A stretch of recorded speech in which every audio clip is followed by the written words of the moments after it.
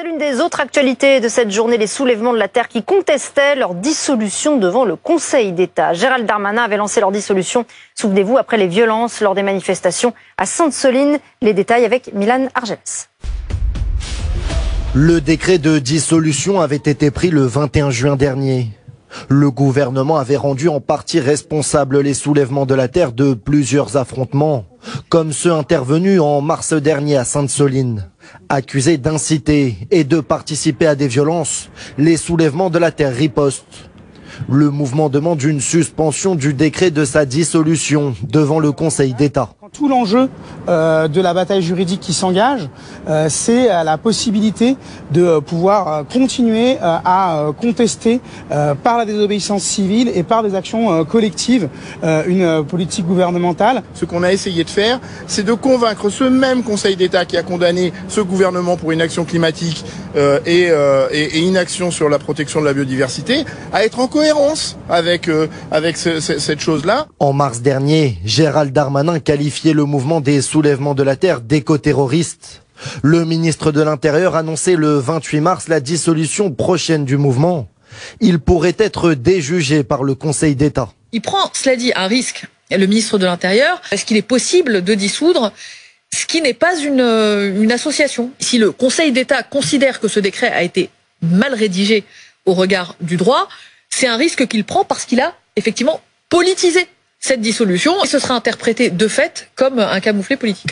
Les juges révéleront leur décision sur la suspension ou non du décret de dissolution en fin de semaine.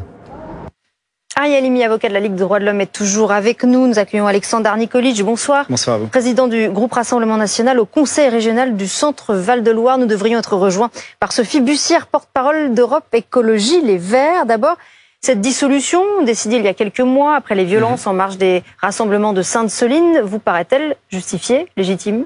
Écoutez, là, quand on entend un de leurs porte-parole qui revendique encore le droit à la désobéissance civile, il faut rappeler ce que c'est la désobéissance civile. Ça veut dire faire des actions qui ne respectent pas la loi. À partir du moment où on ne respecte pas la loi, c'est fort de café de demander d'exister en tant qu'association, peut-être même de recevoir de l'argent déductible des impôts. Non, enfin évidemment que les associations qui revendiquent le fait de pas respecter la loi en défendant des idées doivent être... toute forme de désobéissance civile bien sûr. Enfin, je veux dire, ils ont des idées qui les défendent politiquement, qui les défendent démocratiquement, et ensuite les Français pourront choisir ce qu'ils veulent pour le futur. Mais à partir du moment où on dit nous, notre mode d'action, c'est là pour le coup faire des actions coup de poing qui peuvent être de la dégradation de biens, mais on l'a vu à Sainte-Soline aussi, s'en prendre aux forces de l'ordre, ça nous interpelle. Enfin, je veux dire, on peut pas accepter de ce type de mouvement qui, sous couvert, il le disait là, d'action climatique avec une volonté qu'il faut prendre de grandes décisions, puisse agir comme ça, parce qu'il y a des vrais débats et des vraies divergences. On est tous d'accord sur le réchauffement climatique, mais il y a des moyens de lutter contre le réchauffement climatique, des moyens concrets qui vont à l'encontre aussi de ce que eux Donc proposent. pour vous, il fallait c'est du fond, mais il faut en débattre. Il fallait dissoudre ce mouvement. Bien sûr qu'il faut le dissoudre. Ariel Halimi, j'imagine que vous êtes sur une ligne différente. De nombreuses associations ont déposé des recours contre cette dissolution injustifiée pour vous. Il faut rappeler qu'il n'y a jamais eu autant de dissolutions d'associations ou de collectifs que sous la présidence d'Emmanuel Macron. Ce qui veut dire qu'il y a soit une radicalisation des organisations et associations, soit une politique nouvelle qui consiste à réduire le droit d'association qui, je le rappelle, est quand même un droit constitutionnellement garanti. Alors certes, la loi permet de dissoudre, mais dans quelles circonstances et de quoi parle-t-on? Les premières dissolutions concernaient les ligues factieuses d'extrême droite, qui effectivement utilisaient des moyens d'action violents, c'est-à-dire qu'il y avait de la violence. Déjà, la désobéissance civile, c'est quelque chose qui n'est pas violent, c'est quelque chose qui consiste à s'opposer à une violence. Donc, si l'on devait dissoudre tous les mouvements non violents ou les mouvements de désobéissance civile, eh bien, on aurait plus beaucoup d'associations dans la mesure où la désobéissance civile est un moyen d'expression. Imaginez que on en avait dû dissoudre le Front National simplement parce que son président avait eu ce type d'expression par rapport aux détails de l'histoire, ou bien parce que il revendique la préférence nationale, qui est une discrimination en soi. Eh bien, je pense que il n'y aurait pas beaucoup de partis politiques et qu'aujourd'hui le Rassemblement national n'existerait plus. Donc, je pense qu'aujourd'hui, il faut raison garder et faire en sorte que les dissolutions soient réduites aujourd'hui. Sophie Bussière, porte-parole d'Europe Écologie Les Verts, nous a rejoint. Europe Écologie Les Verts, qui a également déposé un recours pour demander la suspension de ce décret pour dissoudre les soulèvements de la terre. Pourquoi cette dissolution, selon vous, n'est pas justifiée alors que Gérald Darmanin a clairement mis en cause les soulèvements de la terre, notamment dans ces violences qui avaient été commises à Sainte-Soline? Alors, bonsoir à toutes et tous. La dissolution n'est pas justifiée, mais aussi elle est fort inquiétante. Il y a, comme vient de le rappeler Ari Halimi, une atteinte à la liberté d'association, d'expression très inquiétante. Un gouvernement qui a la dissolution facile, ce qui est extrêmement inquiétant.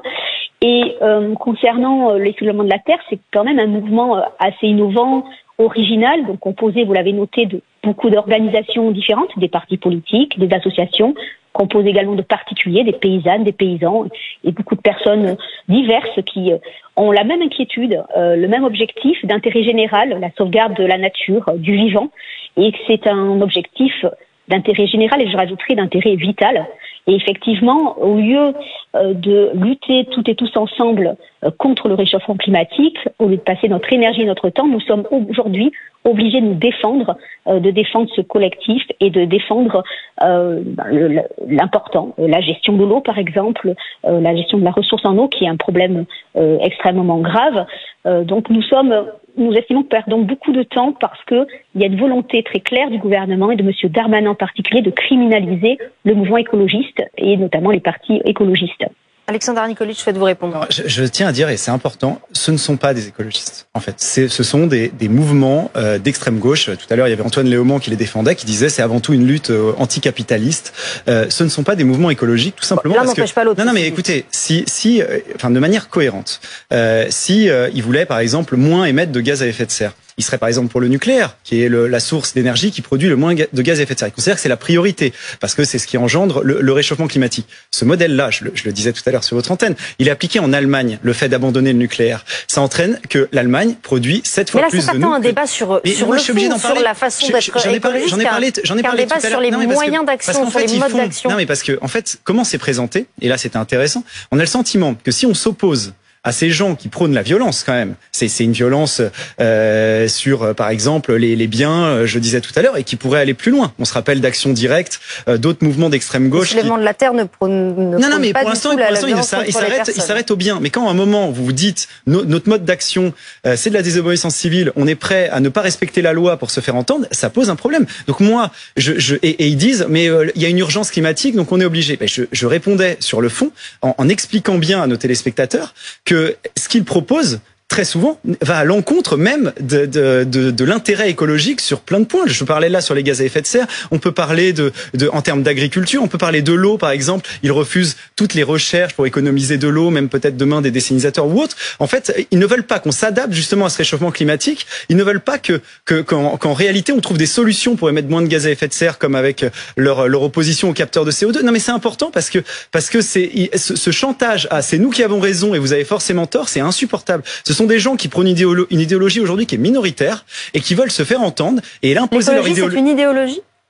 Mais non, je le disais tout à l'heure, l'écologie, et nous on défend l'écologie par plein de moyens. Je le disais, les émissions de gaz à effet de serre, c'est aussi 51% des importations, donc il faut s'opposer aux importations, ce qu'ils ne font pas par exemple.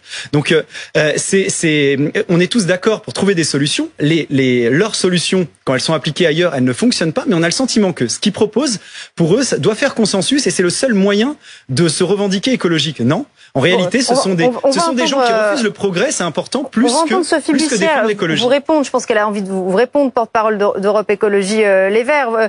Voilà, Alexandre Nicolic, je vous accuse à la fois sur la méthode, sur la désobéissance civile et même sur le fond. En clair, il vous accuse de ne pas être ouvert au débat. Alors, j'allais répondre, merci. Sur les méthodes, en fait, comme je le disais tout à l'heure, les soulèvements de la terre, il y a plein de modes d'action dans ce mouvement, extrêmement complémentaires. Par exemple, les partis politiques, nous faisons de la politique, nous nous présentons aux élections.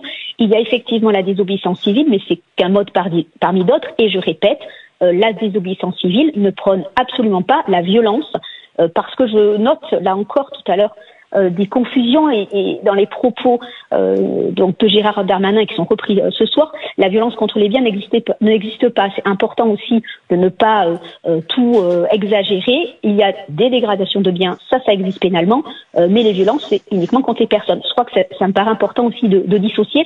Moi, je repense aux arrachages d'OGM. Effectivement, les actions étaient extrêmement importantes, impressionnantes, mais aujourd'hui, merci José Bové et d'autres qui ont effectué ces actions et qui ont permis de ne pas avoir tel type d'OGM en France, qui sont une catastrophe pour la santé, pour la biodiversité et pour le climat avec les pesticides associés. Donc la désobéissance civile, ce sont effectivement parfois des actions illégales, mais qui peuvent impressionner, et je comprends que ça suscite le débat, mais lorsqu'il y a un intérêt général supérieur, en l'occurrence c'est un intérêt vital, il faut effectivement, malheureusement, j'allais dire presque en passer par là, pour sensibiliser, pour alerter. Moi, si vous voulez bien, on va recentrer le débat, Ariel Halimi. C'est intéressant en fait sur la méthode, parce que c'est vraiment ça qui est en jeu aujourd'hui. Que dit la loi en ce qui concerne la désobéissance civile? Est-ce qu'on est forcément dans l'illégalité lorsqu'on pratique la désobéissance civile? Alors vous avez raison, parfaitement raison de poser la question et de resituer le débat d'un point de vue juridique. D'abord, quand on parle de violence, et j'ai entendu pas mal de choses se dire dans le débat, il n'y a qu'une seule infraction dans le code pénal qui évoque la violence, et il s'agit de la violence contre les personnes. Il n'y a pas de violence contre les biens. Il s'agit de dégradation. Ce n'est pas du tout la même infraction. Et le mot violence n'apparaît qu'une seule fois dans le code pénal. Autant vous dire que parler de violence s'agissant de la désobéissance civile, c'est une absurdité juridique et c'est dangereux même d'utiliser des mots qui ne correspondent pas avec les concepts. S'agissant de la désobéissance civile elle-même, vous avez eu un exemple jurisprudentiel assez récent concernant les décrocheurs. Vous savez, ce sont ces personnes qui, dans le cadre d'un mouvement politique, avaient décidé de décrocher les portraits d'Emmanuel Macron dans les mairies et de les récupérer pour les exhiber, afin de dénoncer justement l'inaction climatique, notamment. Eh bien, certains juges ont estimé que cela relevait soit de l'état de nécessité, donc ce sont les juges qui l'ont considéré, mais surtout la Cour de cassation a considéré que cela relevait de la liberté d'expression. Donc c'est quelque chose qui pouvait être illégal, mais comme nous sommes dans le ressort de l'article 10 de la Convention européenne de sauvegarde des droits de l'homme et du citoyen, eh bien nous sommes dans le ressort de la liberté d'expression et les personnes ne peuvent pas être sanctionnées pénalement parce qu'elles s'expriment sur un débat d'intérêt général qui est celui du réchauffement climatique et de l'inaction climatique. Autant vous dire que oui, la justice reconnaît que la désobéissance civile, dans certains cas, peut être acceptable. Merci Alexandre Arnicoli, merci également Ariel Halimi et Sophie Buissière d'avoir été avec nous ce soir.